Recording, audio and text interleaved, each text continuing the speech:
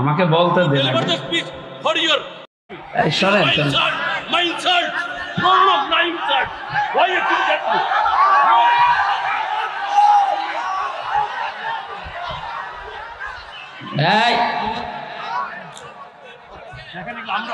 শোনেন ভাই, একটা কথা আমি আগে বলি, আমারটা শোনেন আগে।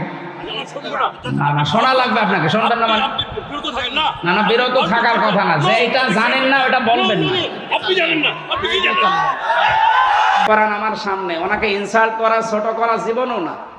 সেদিনও আমি ওনাকে বলেছিলাম যে আপনি আয়াতটা শেষ করে নেবেন। আমি আজকেও তেলাওয়াত করেছি, এখন উনি যদি জোর ধরে যে তেলাওয়াত আমার সামনে, উনি কেন?